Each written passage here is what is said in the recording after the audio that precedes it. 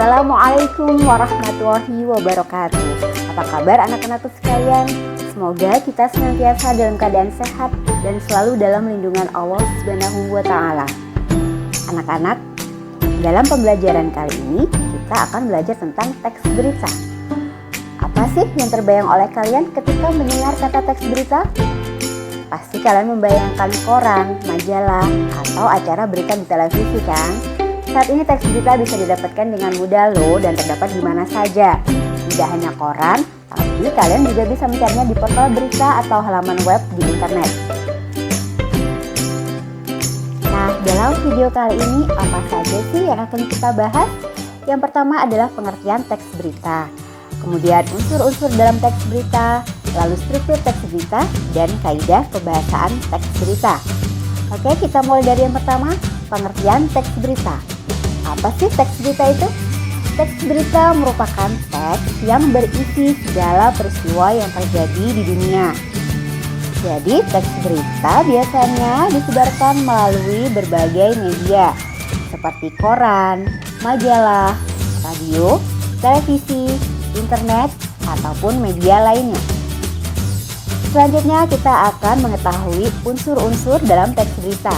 Ada 5W plus 1H dan atau yang kita biasa sebutnya adiksimba. Apa sih adiksimba itu? Jadi adalah singkatan yang dimana A untuk apa, D untuk dimana, K untuk kapan, C untuk menanyakan siapa, M-nya untuk menanyakan mengapa, dan B untuk menanyakan bagaimana. Oke? Nah, kalau sekarang biasanya kita lebih dikenal dengan 5W plus 1H, yaitu what, where, when, who, why, and how. Dimana untuk what merupakan peristiwa apa yang terjadi untuk menanyakan itu ya. Kemudian where, dimana peristiwa terjadi. Sedangkan when untuk menanyakan kapan peristiwa terjadi. Who, siapa yang terlibat dalam peristiwa. Why, mengapa peristiwa bisa terjadi. Dan how, bagaimana proses peristiwa terjadi.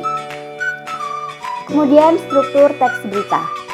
Yang pertama adalah orientasi berita, kedua peristiwa, dan ketiga sumber berita.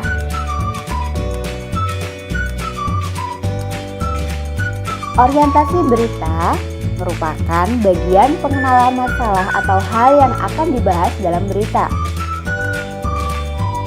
Dan yang kedua adalah peristiwa.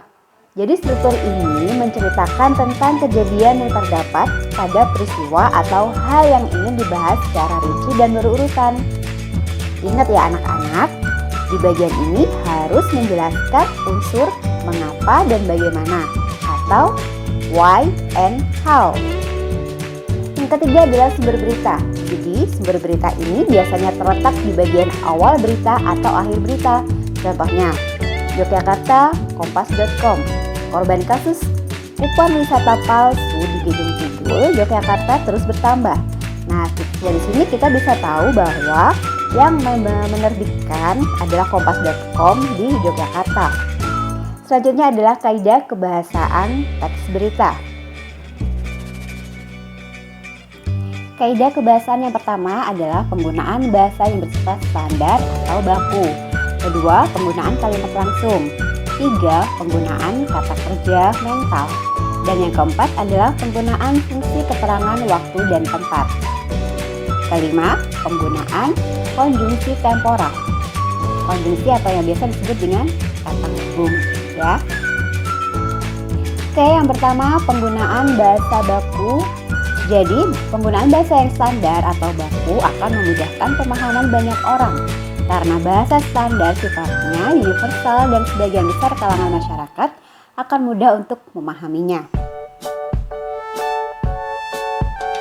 Contoh, ratusan pasien COVID-19 mengantri di pintu masuk Wisma Atlet. Mengantri di sini merupakan kata baku. Ya, jadi supaya mudah dipahami, kita harus menggunakan bahasa yang baku. Ingat, setiap teks beda kaidah kebahasaannya ya. Jadi itu yang harus kalian pahami.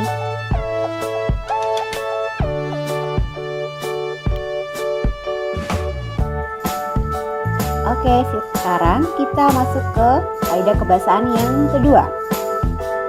Yang kedua adalah penggunaan kalimat langsung. Jadi dalam teks berita kalian akan menemukan kalimat langsung. Apa sih kalimat langsung itu? Kalimat langsung adalah kalimat yang dituturkan oleh seseorang tanpa mengubah kata atau kalimat. Ciri-ciri dari kalimat langsung ini yaitu ditandai dengan 2 tanda petik ganda dan disertai keterangan pernyataan. Penggunaan kalimat langsung ini terkait dengan pengutipan pernyataan-pernyataan oleh narasumber berita. Contoh, pelaku sudah kami tetapkan sebagai tersangka. Saat ini kami terus mengembangkan kasusnya, ucap Sutama. Jadi di sini maksudnya adalah Pak Sutama sedang mengatakan kalimat dalam tanda kutip itu. Yang ketiga, penggunaan kata kerja mental. Kata kerja mental adalah kata kerja yang menunjukkan respon atau sikap seseorang terhadap suatu tindakan.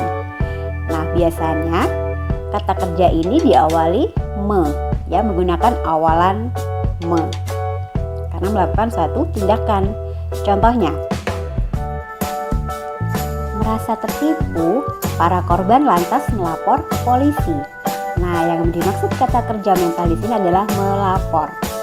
Dan contoh lain yang berawalan me seperti mencabut gugatan. Nah, mencabut berawalan me, nah mencabut kan juga merupakan melakukan suatu tindakan. Itu juga dinamakan kata kerja mental.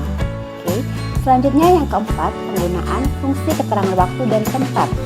Pada teks berita sudah pasti harus ada keterangan waktu dan tempat agar berita yang disampaikan dapat dimengerti dengan jelas dan pembaca dapat mengetahui di mana dan kapan tempat terjadi hal tersebut.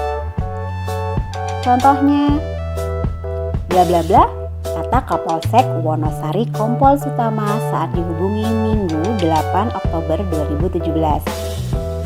Nah, dari contoh kalimat tersebut dapat diketahui unsur kapan, karena di situ dijelaskan bahwa berita tersebut terjadi pada hari Minggu tanggal 8 Oktober tahun 2017. Yang kelima, penggunaan konjungsi temporal. Konjungsi temporal ini disebut juga konjungsi yang berhubungan dengan waktu.